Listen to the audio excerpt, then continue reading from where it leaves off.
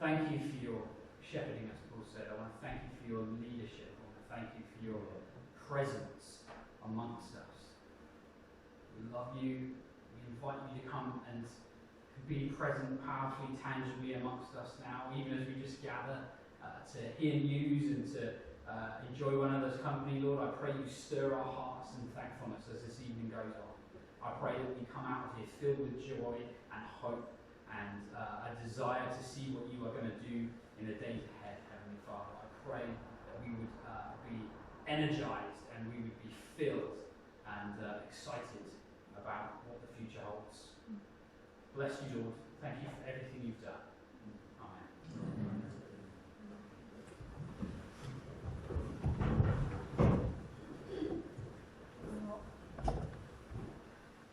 Past reflections are important because they bring us to a place of understanding what it is that we're venturing into and why that's so significant.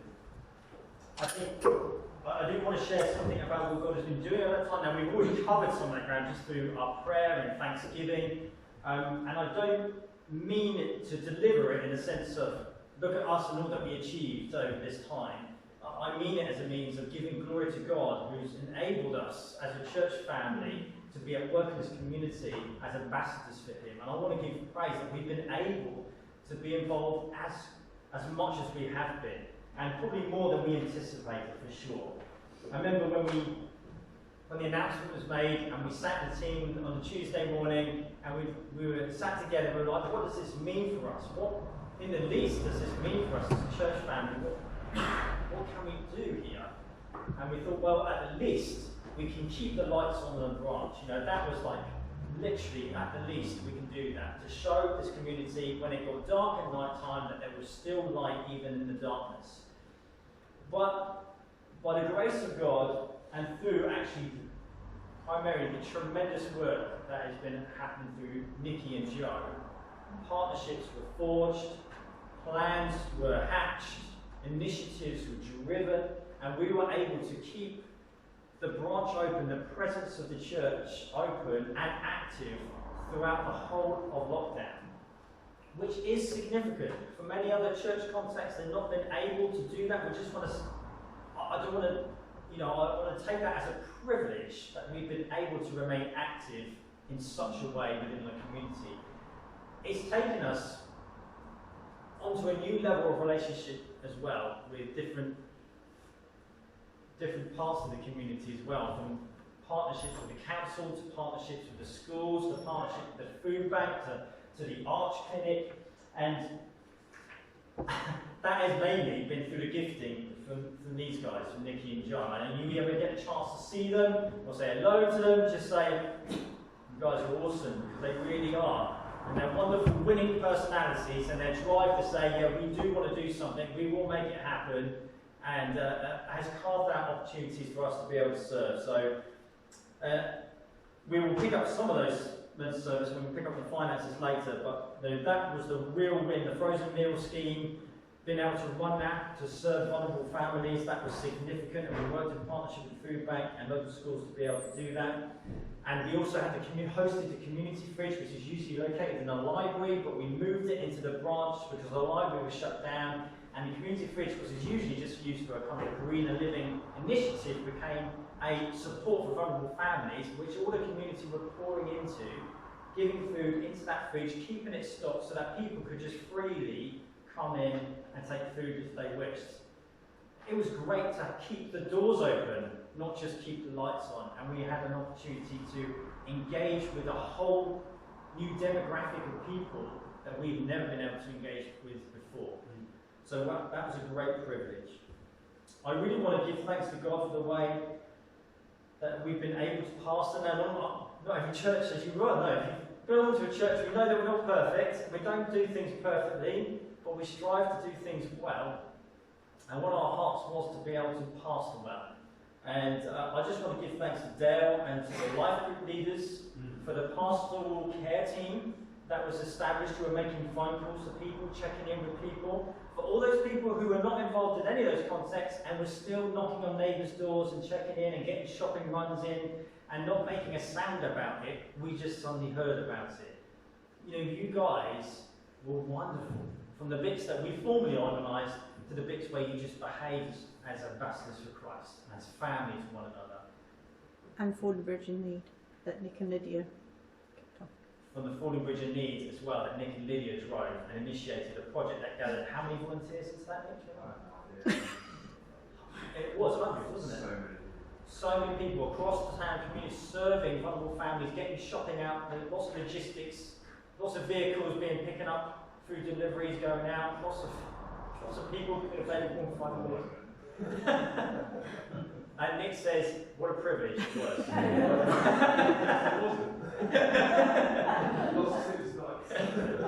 It was a tough gig. It was a tough gig, but something that was driven from guys from the church. What a wonderful thing that is. Coordinated, pulled together, and then lots of people from the community just saying, how can I be involved? So, as messy and as chaotic and as challenging as it would have been, you guys served the community marvellously. We were pushed into things that we didn't want to be pushed in so early. So, having a digital presence, film editing, recording in studios, trying to preach to a camera, which is, if you've just done that direct to a camera without anyone else in it, it is a bit weird. Okay, and then using that as your source to open out into the community, something we wouldn't have done probably for 2 or 3 years' time maybe. We were just in there, in the mix, stuck in there. And you know what? Actually, that's just another string to our bow now, which I'm grateful for. And something we'll build on in the future. At the moment, I think we're quite happy to just maintain the status quo as we've got it as it stands. But it's opened a digital presence that we never had previously. And we're thankful to God for it because we know that we've connected with people who have been outside of the church family and people who are living in the community, not Christians, just touching base, watching. It's been a privilege to do that. So it's nice to see that there is a reach that goes beyond the church walls. Now we want to see those guys saved and added to a local church. Amen. I want to talk about God's provision for us. We were financially secure throughout the whole thing, and we'll pick a little bit up on the finance, but I do want to say that actually one of the blessings of being a registered shop and I think it was D1 and A1 usage, which you get retail, which is like a hospitality usage, and a D1, which is a church usage. It enabled grants for us to come through. So when the grants came freely, we got 10,000 in the bank straight away, and that paid for our rent effectively for the year. It just enabled us to operate, and it meant that come the end of the year, we just literally employed Dale before. What was it? April the 1st. April the 1st, wasn't it? What? So, within a month we said, see how it goes, maybe in a couple of months we'll have to ask for resignation. What God provided marvellously. Our finances actually didn't change. We came out of the year and they hadn't changed. God provided for us marvellously. And because of that, we were also able to be a blessing with our finances as well. So it's not that we just received, we were able to be a blessing as well. We also had the privilege of being able to meet. I know we only had 2 little seasons where we got to meet physically here together, and then we got to meet, was it the sixth form together? I think that some churches have not been able to meet for the whole of this period and only just started meeting now. I just think we've had such a head start there as a church family that it's been a privilege to be able to get together. Mainly because I think our schools are less worried about the rules and regulations in other schools are. Thank God for that. Yeah.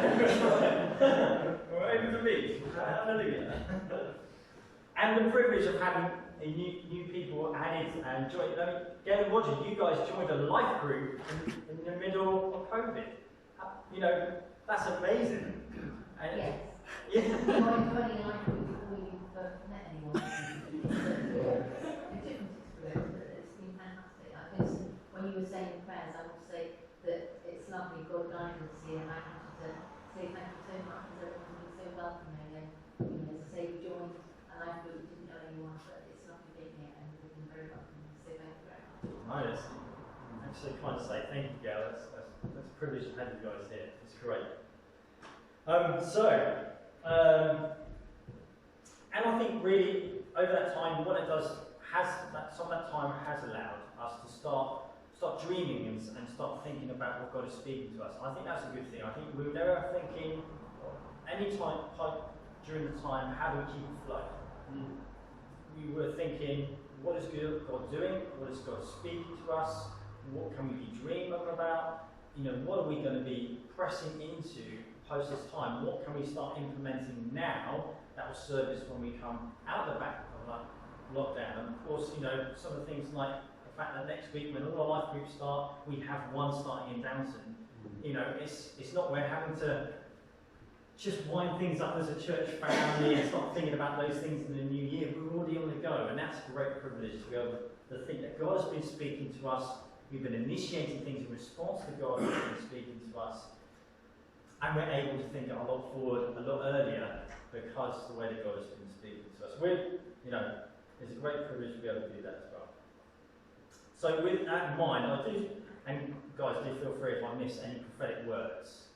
I just want to highlight, because again, these become foundation stones for the way that we operate and the way that we move forward. God's voice speaking to us as a church family we count that as significant.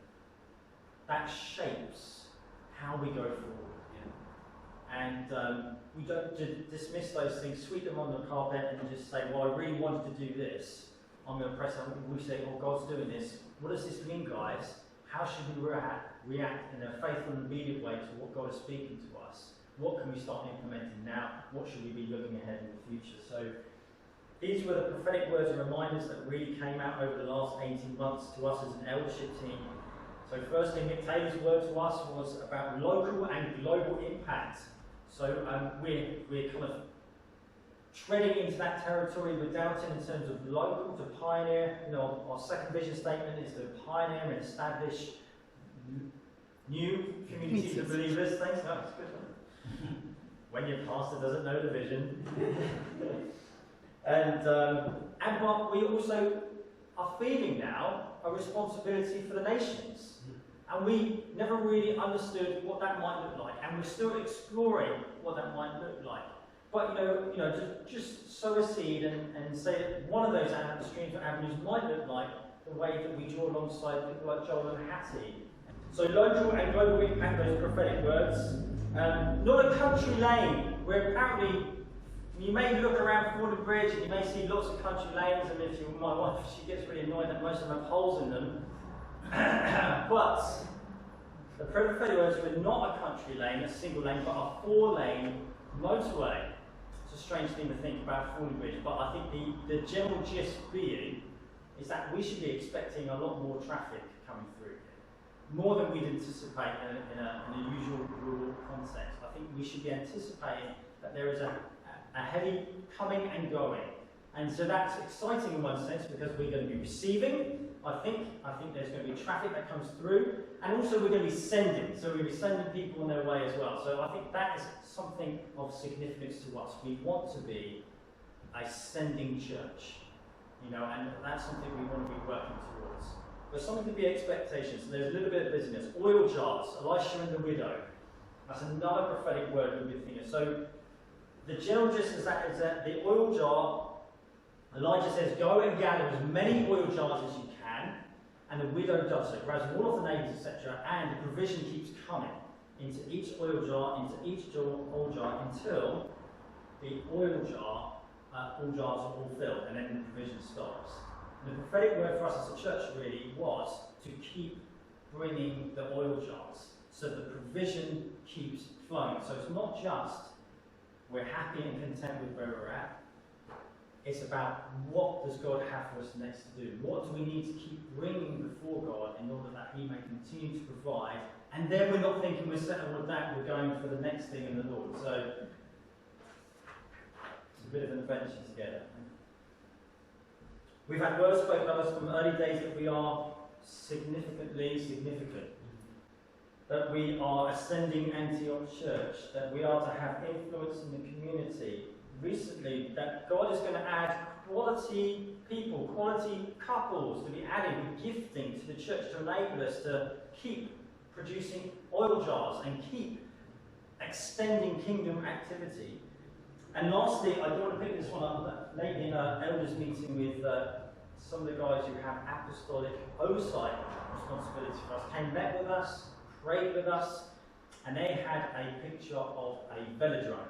So this was specifically for the elders. Now there are 4 elders in the church, myself, Dale, Tim and Kane. And they, in the velodrome team, there are 6. Am I right? 6? Who those guys? Is there 6 in the team? I think there's 6. There was 6 in the vision, so there's 6 in the vision, okay? And the difference was, there was this one person who was going around whizzing away, but the one person eventually got tired. Now the 6 people together, obviously they were taking it a little bit of a slower pace, but the momentum and the way they worked together as a team, taking the lead, each one at a time, showed to demonstrate to be the much stronger, enduring, more powerful team. The important thing about that was actually what you should experience with us as an eldership team is that there's no, even though I have a lead responsibility to the team, what you will see at times is each of us taking leads at different times. We should expect that, you know, within our gifting, within our remit. You know, I'm not going to say that I am the most pastoral guy. Okay, so you will see others take pastoral responsibility. Tim is a great teaching pastor, so you know that's what he's going to push himself into, and we expect to see that over especially as we step into a new season for you, mate, which is great. Eventually, nearly there. And so there's lots of gifting we expect to see, but the important thing is there were 6 in this team, and we were to go and consider. I think that's important. I think that's important for us. So I just want to highlight that as something we are going to be considering and looking out for. I think we need to be looking now to be more intentional about raising leaders to build up that eldership team to that number of 6.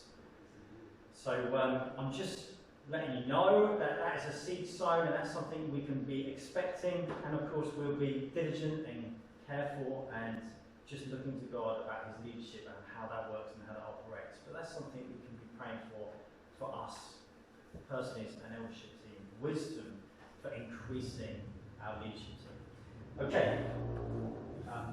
Yes. I'd like to bring a couple more, is that alright?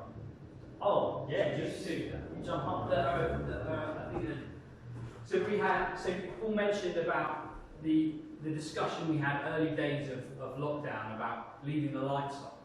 Actually, that was a response to a prophetic word that was given by Citygate Church to us. Oh, yeah. And, you know, they gave us that and said, you know, we don't know what that means, but, you know, here's what God says. We feel that, you know, you're going to be, or you need to leave the lights on. And so the reason we wanted to pursue that is because we felt, well, if God said that, what does that mean? How do we go about doing that? And I think that, the reason I bring that up is I think that demonstrates something about, you know, our heart as an eldership team is that when God says something, that's significant, and we want to get into that. We want to pursue that. We want to outwork that and see what God does. And I think the other one is we received a word, I'm probably going to say it's wrong, Tim, you'll have to help me. En passant, I'm not sure what it is. Is that the right word? Chess move, that's what that is. Yeah, so there's a particular chess move, which I know nothing about, but it's basically, is it an unexpected or unusual move, or a, can you help me, Tim? It's a sideways move. So in chess, when a pawn first moves, it gets a chance to move 2 spaces, and if there is a piece to one side or to the other side, it's able to take that piece in the move. So it's about we're going like this, but what's also on either side as we go forward. Yeah, thanks, man. That's all. Brilliant. So what that did for us, what that did for us is we were thinking, okay, so we're heading in this particular direction, and yet God's calling us to be aware of what's happening on either side, and maybe we'll unexpectedly need to move one way or the other. And I think we've seen that multiple times, in that we've been heading in a particular direction, and we've seen something come just off the side, and we've gone for that. And that has been God's heart over us. So I just want to say, you know, these words that are spoken over us, we desperately love them. We want to hear God's voice, and we press into those with all of our energy. And we know and we have faith that God's word doesn't return to him empty. And so when we hear those words, we act on them. And I think we have seen the fruit of that, which is great encouragement to me and to you guys. Yeah, just quickly, you talk about that word about leaving the lights on. In our response to leaving the lights on, are we saying that that's a line drawing that? That's not policy. No, so I think that was one of those moments where we said, as Paul says, at the very least, what that might mean is leaving the lights on. What it actually meant was we were able to stay open, throughout the whole of the lockdown. We were able to operate in a way we never thought we would be able to. And so we actually feel that we've seen God outwork that word in a really tangible, much bigger way than even we thought on that first kind of discussion day. Yeah, so you're saying that's been answered, that policy not... Oh, I see what you mean. Yeah, I would say that I would say that is a sense of ongoing, continuous prophetic word to be fulfilled, really. Yeah. Cool. Thanks, Matt.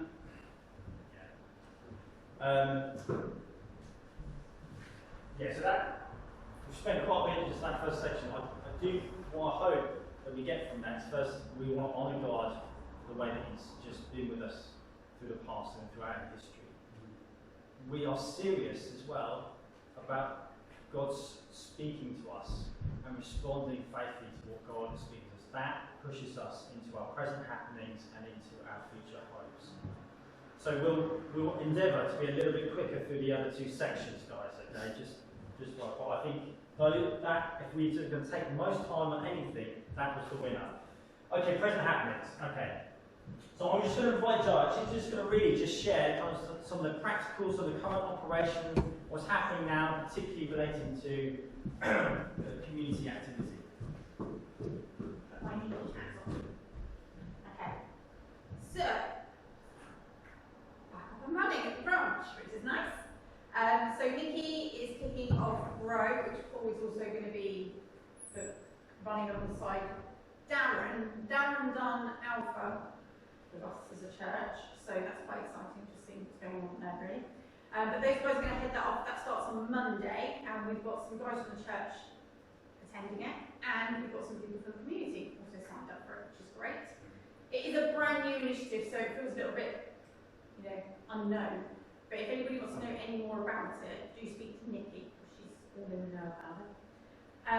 Okay, coffee mornings are back, so that is now going to be every Wednesday morning, and I'd just like to say a big thank you to the lovely volunteers, because I know several of you are all sat here, people that do shifts at the branch, the people that come and help with the coffee morning, the people who clean the toilets, the people who just continually give.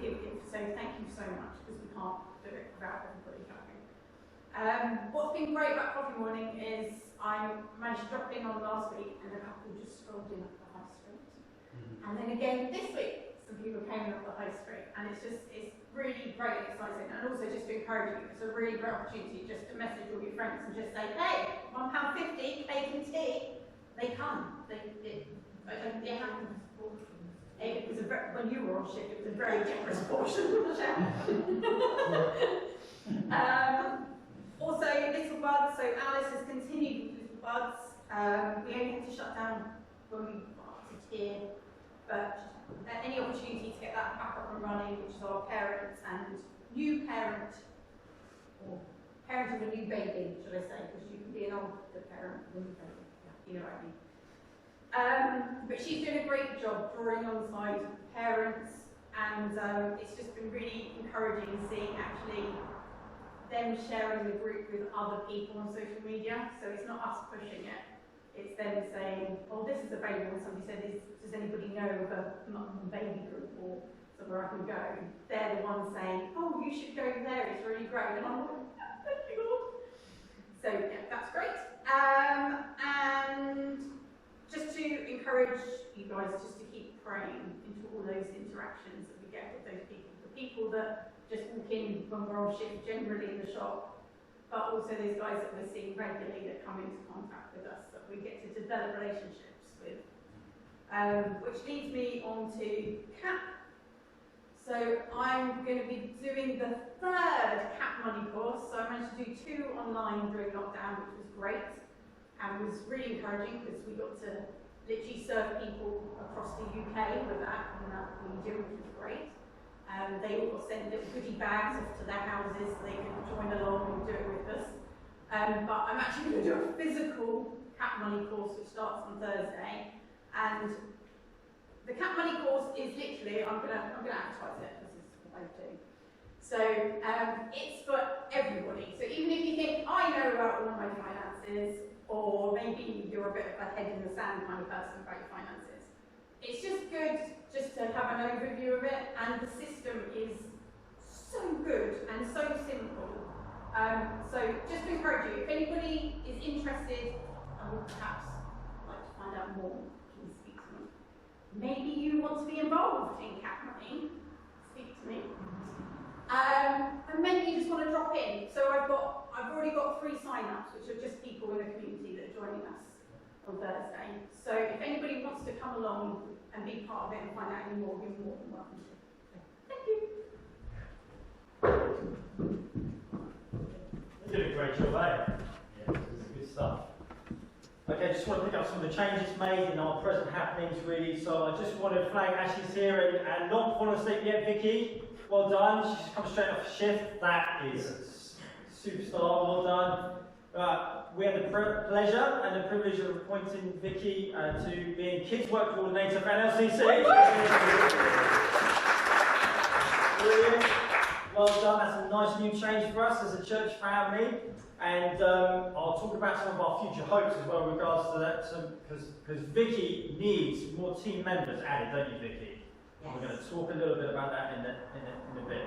I want to say that Karen's initiated the welcome team. Well done, Karen. Before, people used to just stumble into the door and didn't know where they were or anything like that, but now they're greeted by warm smiles and loving faces and hospitality. Well done, Karen. Thank you so much for doing that. I just want to share as well that you've probably noticed we've changed the way that we do Sunday mornings in our format. That's intentional. Again, responding to how we feel God is leading us as a church family. So we're giving ourselves to the preaching of the word quite early on in order that we may give time to responding to God's word through worship and ministry time. So as that grows, I have a hunger and a heart and an expectation that those are going to be significant periods of time as we come together as a church family to respond to God's word. And also, I'm waiting for those moments where you get the non-Christians who've been invited, pulled along, and they're responding to the gospel. Amen. We want those little moments going on. Or big moments, should we say. Also, life groups start next week. Yay! Now, Vicky, I want you to know how valued you are when everyone claps so hard when you're the new Kids Work Coordinator, and then we get to life groups. As Tom shared, genuinely, there is something so significant and precious about coming together as a community of believers in that type of environment to one another, each other in Christ, to disciple one another, to encourage one another, to shape one another. And these life group leaders do a fantastic job of helping you do that, facilitating you doing that. If you haven't signed up to a life group yet, and the life groups are filling up, don't forget you can sign up on the back on the table. And if you know of anybody who hasn't signed up to a life group, take the opportunity to say how good life group is and how essential and significant life group is. Get them connected. Okay, good. Anything else I need to do on that? Oh, just growth of life groups, guys. We've added 2 life groups from previous lockdown to post-lockdown. So we have 5 in operation now. So that's pretty cool, isn't it? It's quite cool. I just want to add as well, we are, as an urgency team, we are actually actively looking for a new treasurer. That's what we're looking for. Michelle, who has phenomenally served us, really, for the last few years now, as the finance guru. Guru is not the right word for church. Finance chief, okay, she has actually really served us and put some huge foundational stones for us in terms of the way that we operate financially as a church family. I think what we want to do is honour the additional gifting that God has given her and her heart to really step into some of our additional activities, such as Flourishing Vines, give more commitment to Flourishing Vines and women's ministry, and all probably the underlying activity that you guys don't see in some of the pastoring and cycling that these guys do together as a family unit. And we want to honour that, and so Michelle will be stepping down from her role at the end of the year, and we will be looking hopefully to appoint a treasurer much earlier than that, so Michelle can assist with a healthy transition. So, just let you know where we're at, where we're going, and you know, I do want to say, you know, if that is something that is actually ticking your heart, we've got a couple of ideas, a couple of options, but we're just, you know, we don't see everything. We're not all seeing, all knowing. Okay, that's God. So if God's touching your heart, and you think, actually, you know, this, I could prove to be healthy and helpful in this role. It is a role that we hold dearly, and it's a very essential, important role for the church family. So if that is on your heart, come and see me afterwards, or at some point, and we'll have a conversation. Okay, I do want to highlight as well, oh, here we go, okay, right, finances. We've got to share 2020 with finances. Tim, come and give us a brief overview before we hit the... So I'm not going to talk particularly about the numbers, but I do want to just talk about how, as a church, we operate and relate to the government authorities around us. So we are a charity. The church is a charity. We're in fact a charitable incorporated organisation, a CIO. We are registered with the Charity Commission, and you know, we have to comply with various standards in terms of how we handle our finances and our money and how we produce our accounts. We have an independent accountant who produces a set of accounts to the requirements of the Charity Commission each year. If you go on the Charity Commission website, you can find us and you can find our accounts, and you can find out who our trustees are, which is our eldership team, and you know, so we're open, we're public about that. And I want to say, you know, to you guys really as a church, you know, we want to be open, we want to be accountable. If you've got questions, if you've got concerns, if anything, you know, if you just want to know how do we handle this, how do we handle that, then do ask. Obviously, we are also discreet. So, you know, some of the, you know, so we are giving money away and supporting individuals, and we also operate as an employer. So we also have duties of discretion as well along those lines. But the best thing to do is to ask if you've got a question. So we are an employer. So we have 3 members of staff. So Paul and Dale and Joe are all members of staff. Paul is a full-time member of staff, Joe and Dale are part-time. So as an employer, we operate a PAYE scheme. We deduct tax and national insurance, and we as an employer have to pay our own national insurance. We also run a pension scheme, so our staff are making contributions to a pension fund out of their own income, and then as an employer we are adding to that, we are matching that, and we have a third-party organisation called Nest who runs our pension scheme for us. Just to say about salaries, so we look to national pay scales to assist us really in terms of setting salaries. So for Paul and for Dale, we look to teachers' pay scales, national pay scales for teachers, and for Joe, we look to local authority and sort of civil service administrator scales, so that, you know, these guys know, you know, we're looking out really for their salaries, and you know, we're wanting to be a good employer, and you know, and value our staff that way. So you've heard that as regards to the operation at the branch, we have planning consent to operate there with a retail presence. So we must present a retail presence as literally number one on the high street, because that's our address. We do have to have a retail presence, so that's why we have a shop front there, and that's why we trade and we sell. Well, we can sell whatever we want to sell, really. But because of that, as you just heard, we relate to the local authority that way, and we were able to, lever in some well, we didn't even leave it, did we? They just gave it to us. Fantastic. So, we have an accountability there. I'll say about insurance as well. So we are insured, we insure our operations, we insure our assets, our physical assets, which is, things like the PA equipment, the stock at the branch, bits and pieces like that, so that's insured.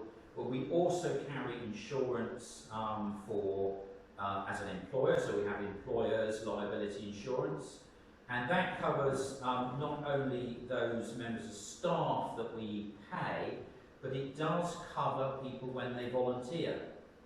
So if I give Phil an instruction to say, please can you pick this up and take it from there to there, and he is operating as a volunteer, there is insurance that covers that activity, that meets our legal requirements. And we have public liability insurance as well, so as members of the public come into our meetings,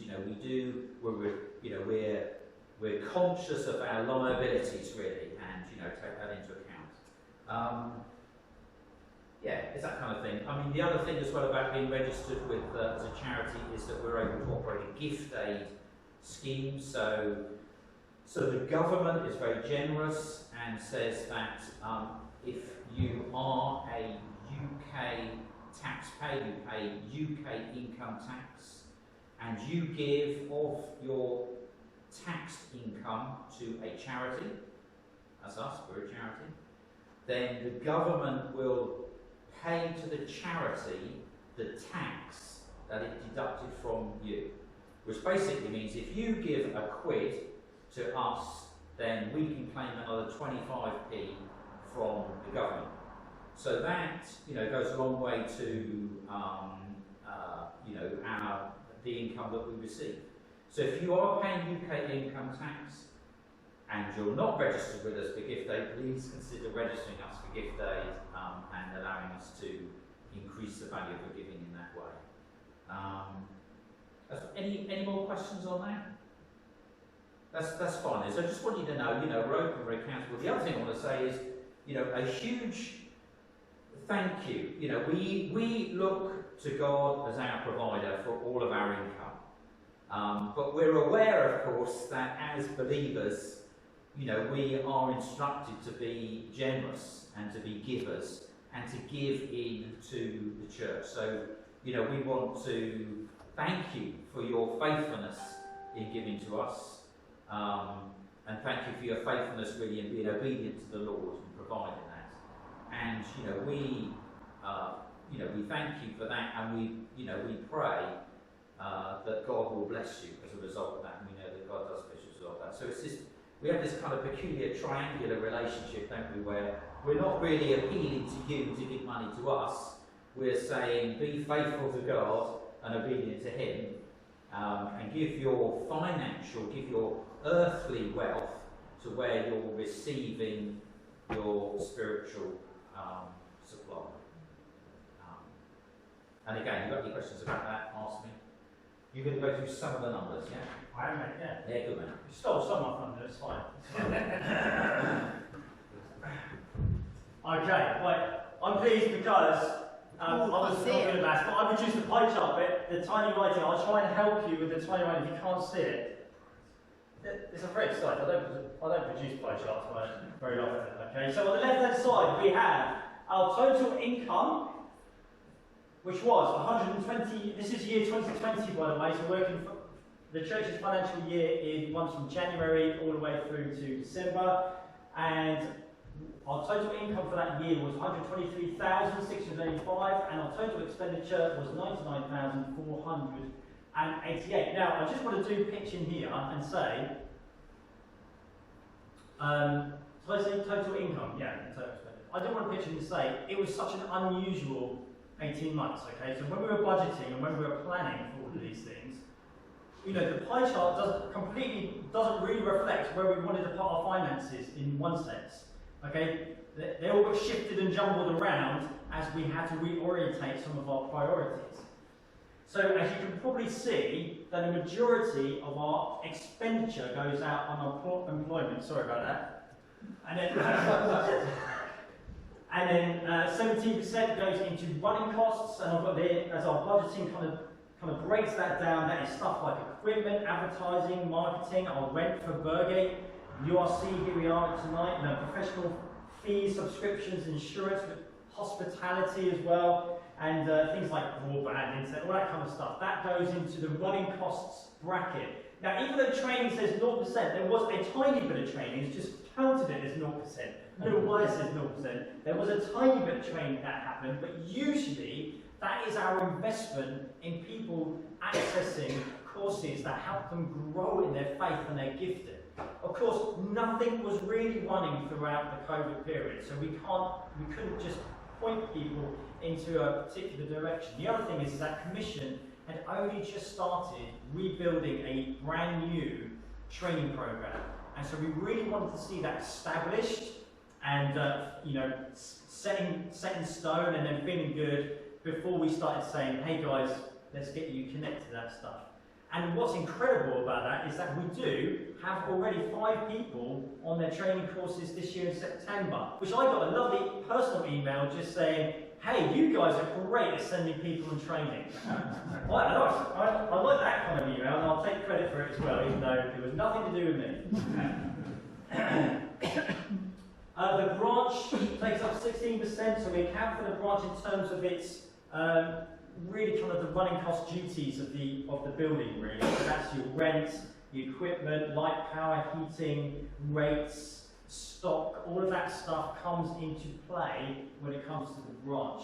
Events, of course, events are the big part of our program usually, and of course over COVID, we're shrunk down to that, so it only accounts for 2% of our expenditure over 2020. And resourcing. So resourcing is how we kind of support the work of the local church, the family churches that we belong to called Commission. A large part of our giving, our expenditure goes to Commission. So about £5,000 of that goes into Commission, which is the family church we belong to. I'll explain about that in a minute. We have some partners that we support as well. So Steve and Beth Leverage and their work in India. CAP is also a partner that we support, and we spend about £60 a month, isn't it, to CAP? And that's just an ongoing commitment to them as they have provided resources and tools to help us facilitate our money management programs.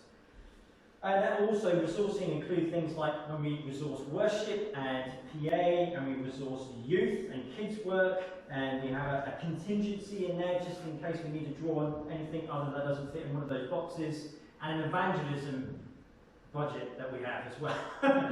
Which all of these, I'm pleased to say, as you look in 2021, are starting to be put into effect, which is very exciting. So 2021 will be more exciting and a better pie chart. Okay, just say that now. Okay, so that is unrestricted. I will say, the reason why we call that unrestricted is that because we received some grant funding that was ring-fenced really for particular activities. And if we look at the next one, okay, so that was the Little Buds initiative, what Joe talked about, so the new parent initiative, the community fridge partnership where we're serving vulnerable families, and that's the same deal with the frozen meal scheme that we operate as a church. So we received specific funding that Nikki managed to grab hold of that was tied completely, and still is, to those events. Does that make sense? The unrestricted stuff we just got to use as we saw fit. The restricted stuff was tied into these community initiatives. What percentage of the expenditure was restricted? I will tell you. It was. Well, I can tell you the percentage, but I will tell you what it is in numbers if that helps. Yeah. So of that expenditure of 99,000, it was 7,700. Okay, what's the percentage out I'm of 7.7%. that? Thanks, mate. Joe. Whatever. Sure, we'll get- He's the new treasurer. Hey, Joe steps forward. Brilliant. Thanks, Joe. Teach you to say something like that.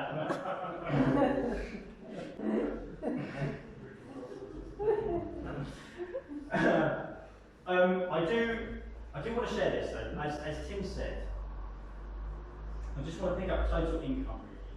So we had actually budgeted for 95,000, okay, based on previous income that we generated. Okay, so that's a significant portion. Now 10,000 of that is the grant funding, okay, because that was unrestricted income given to us from the council. And some of it is also made up for through depreciation, payroll, and also some of the income we received from stopping stuff at the branch. Is that right? Something like that. Something along those lines. However, I do want to say that I think it's about £102,000 was what was generated by the church family. Okay? That is a significant amount. A significant amount. In a time when people were, as well, struggling financially, etc. God through His church family has provided just marvellously in order that we can keep stepping forward in faith.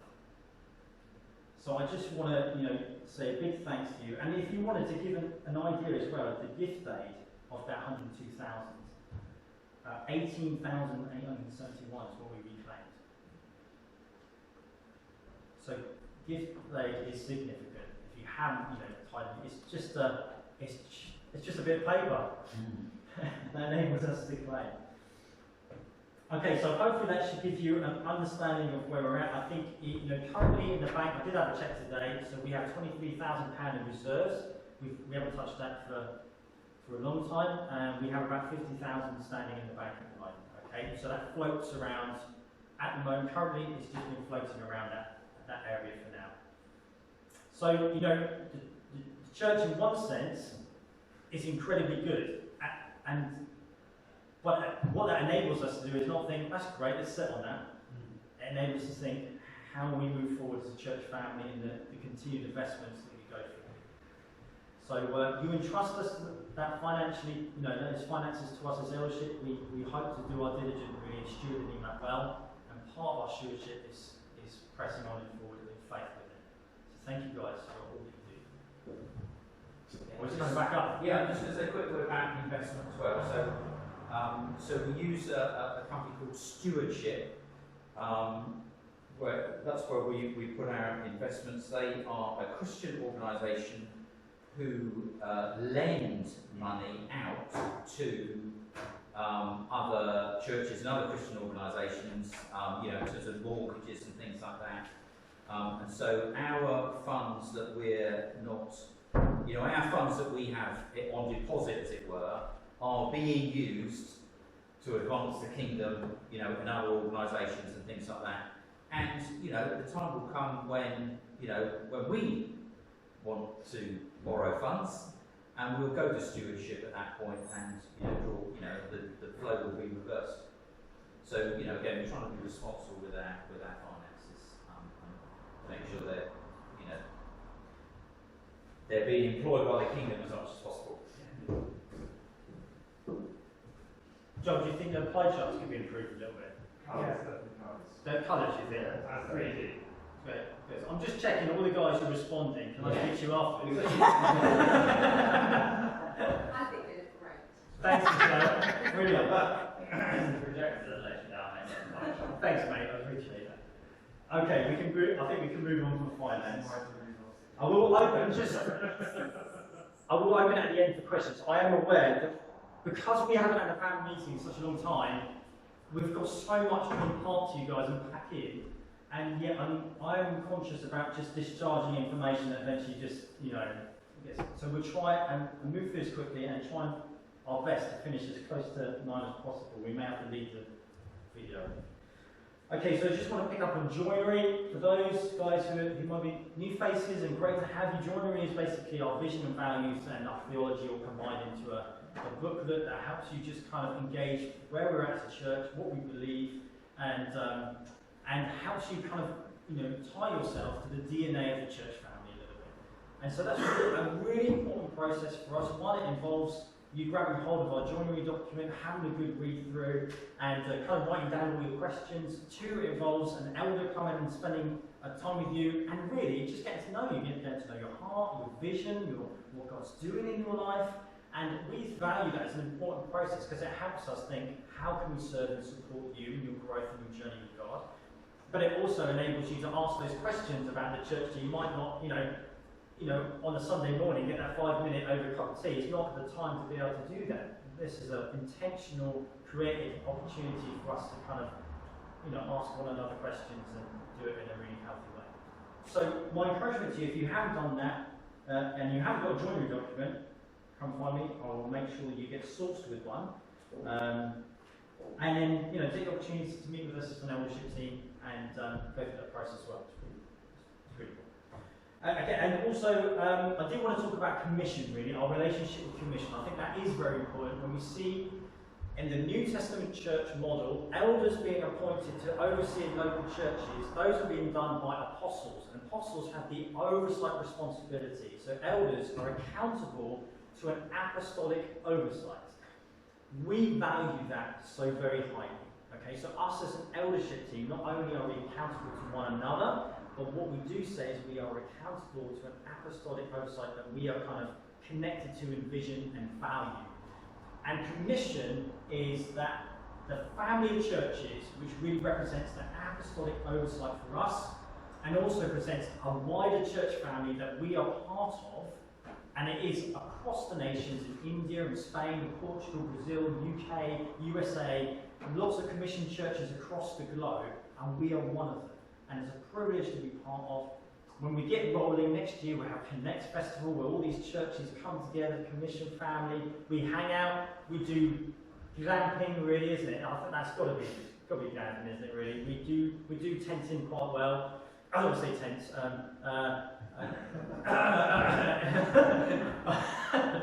But we hang out as a church family and we do it in style. Okay, and that's a really great opportunity for us to be together, but also to remember that we're not just in this bubble here at Thornley Bridge in Downton. We're part of something much bigger. God is doing something across the nations with us, and we're part of it. And so Commission is headed by a guy called Guy Miller, and his wife Heather Miller, and he serves. We are kind of really united to him and his heart, missional heart, to see new churches planted and established across the nations. That's probably where we're at, really. And so for us as a church family, we have an apostolic delegate who comes and has oversight for us. That's a guy called Simon Redmore, who leads the church in Salisbury called Grace Church. And so we're accountable to him as an eldership team. He comes and asks us the awkward questions that we don't often ask amongst ourselves. And that's a helpful process. It's a helpful process. And they give prophetic input to help us think forward as well. So really that's a fathering oversight for us that we respect. But they also part of that process is that also they provide resourcing and training that we can access as well. So some of the example of that is that the guys are on a Theology for Life course. That's a 1-year course that's happening right now. Nikki's just accessed the equivalent of the Foundations, which is a 2-year course. It's a bit more in-depth course looking at after doing Theology for Life and loving it. So, the training actually is excellent. We can wholeheartedly recommend it, and we do, as a church family, invest in it. We invest in you, in your training. So we will offer to pay 50% of your training because it's a significant thing for us that you are hungry, one that you are willing to invest, but we want to say we invest in you as well. So I think that is all we're at. Okay. They do have a gift offering that we do once a year. We as a church family, we give into the commission regularly, but we also give into this gift offering as well. And there was a video, but it's about 7 minutes long. We're not going to do that right now. We will produce it at another time because I think it's worthy of giving our attention and our hearts to it. And we as a church family in the next couple of months will take a Sunday one time when we'll just actually we'll give a gift offering to commission and present it to them. And we'll probably add to that as a church family as well. Okay. Right, okay. Future hopes, and then we'll kind of open it up for questions. I think what we're conscious about always is that we're really surrendering to God's leadership. I think as an eldership team, and it's one that we keep on continuously checking in on one another, is we don't be falling out of line of what God is doing. And as soon as we do that, we open ourselves up to being, for the church not to be effective, to not be fruitful. We don't want that to happen. We want to keep in line with God's leadership and His shepherding over us. And so that means for our local responsibility, where we're going in, for here and for English community, for Downton, for the potential of other local communities that we may be involved with going down the line. So I want to throw that out there now. We're hardly starting in Downton, but it doesn't mean that we can't start thinking about another oil jar that might be added along the way. For our responsibility to the nations, we're already partnering with people in other nations, but I think it feels like there is a bigger calling really for us to be responsible with, and we'll see what that might look like as we go on. So we're always looking to God's leadership. I want to call it Dale just to kind of, because his role and responsibility really in terms of pastoral and discipleship, evangelistic lead is growth and leadership development. I was going to invite him on, just have a little share about future. So the fantastic thing is, as we've already said, as a church, we've grown. What that looks like, what that means is that there's going to be new opportunities to serve, there's going to be new opportunities for role and responsibility, and we're going to need that, because we're going to need people in teams, we're going to need people to lead initiatives and programs and all that stuff. So part of what my role looks like is recognising, equipping, and releasing people in our church context to go ahead and grab hold of those things. And also understanding that you guys all come with a load of giftings that you can bring. Some things that you maybe just had God whisper over your heart, and some things that you're just raring to go in. And we want to know what that is as well, because we want to see you flourish in that. So, I have some things on my heart that I want to implement over the next few months as we look forward. One of those things is growth groups, okay? So this is different to life groups. Growth groups are going to be 2s and 3s that are going to be accountable to one another. So you guys, I will set some framework out, and my heart is that you voluntarily just enter into these little agreements with one another, that you're going to check in with one another. You're going to see how each other are doing. You're going to look at those areas and things that maybe you struggle in, or those things that you want to step out in faith in. And you're going to say, hey, how's that going? How are you doing in that thing? And in that way, we are going to see one another grow in our journeys with Jesus. We're going to have that opportunity to encourage one another and to journey with one another and support one another in those things. We're going to look to our wider leadership team. We've got people in role and responsibility already, but we are going to start looking more intentionally about who have we got in the church, who's got a heart to serve, who's got what gifting, and where can we put them, and how can we serve them in letting them take role and responsibility. We're going to look, Paul's already mentioned this word about 6 elders potentially. We're conscious of that.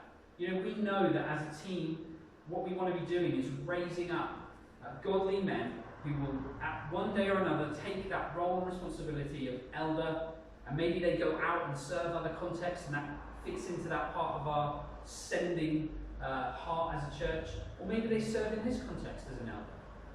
Either way, we know, and it's on our heart, to train those men, to stir their hearts, and to release them into everything God has for them. So don't be surprised when we start looking that way, we start gathering some chaps around us. And maybe I want to say, if you are a man in this room and you feel that whisper over your heart about eldership, I want you to say, come and speak to me, or Tim, or Kane, or Paul. We'd love to have a conversation with you about that. Now, I will say this, just because you have a conversation, or just because you're on an eldership group. It doesn't mean you're going to be an elder. What it means is that we see something of God in you, and we want to see what God's doing, and we want to see how we can serve you and what we can release you into. Does that make sense? I want to be very clear about that, so no one comes in with a kind of it's me kind of mentality and then is really disappointed. We have a heart to serve you, and we know that God is going about the business of raising up godly men, and we want to be on board with that. Evangelism. So I've got some ideas myself. I'm really excited. My dad and I are going to be heading up a new men's group in the new year in January. Excellent. So it's not to be outdone by my beautiful wife and her Flourishing Vines initiative. We're going to do activities that end at the pub.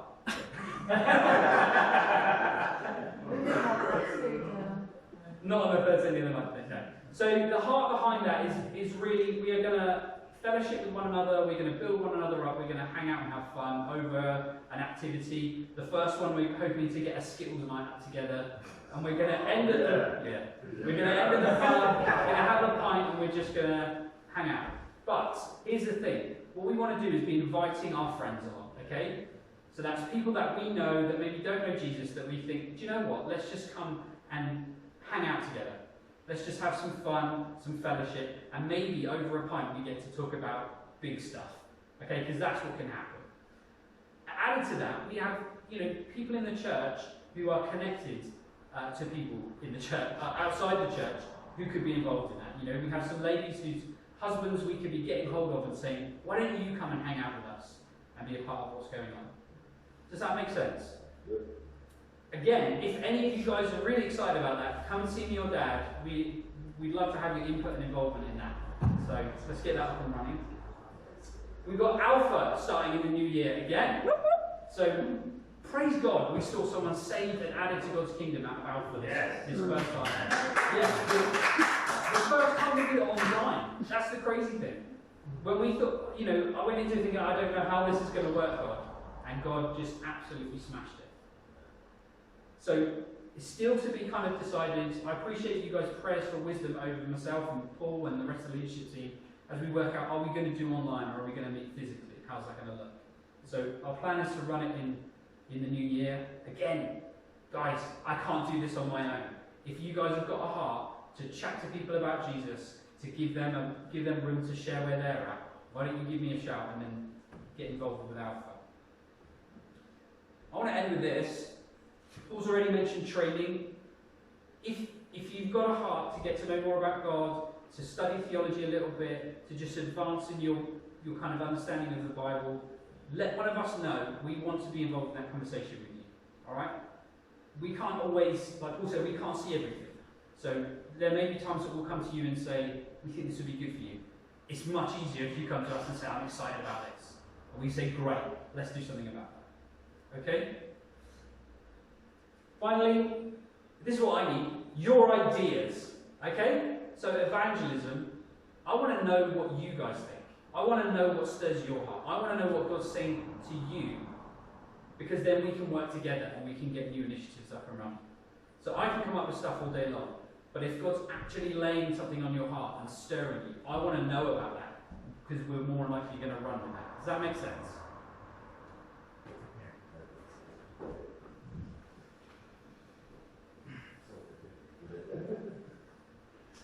So, just to finish then, the wonderful thing, as you witness, as you walk through the doors on a Sunday morning, you notice it's very clear and evident, and as we've already discussed, and thank God for, is there are lots of new faces and the church is growing, which is it's fantastic, amen? It's great stuff, isn't it? So, but I see, so in one sense, we give thanks to God.